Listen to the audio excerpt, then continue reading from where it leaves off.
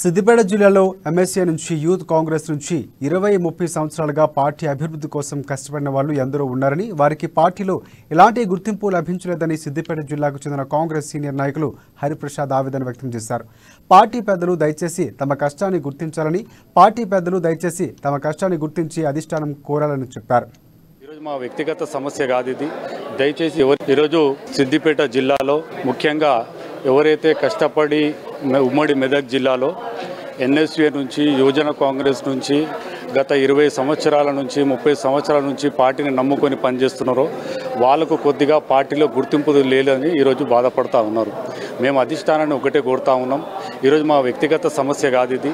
దయచేసి ఎవరైతే పార్టీలో కష్టపడి పనిచేస్తున్నారో వాళ్లకు సరైన గుర్తింపు ఇవ్వాలని మేము కోరుతా ఉన్నాం.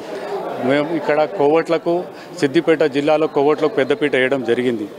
ఆ కోవట్లను మీరు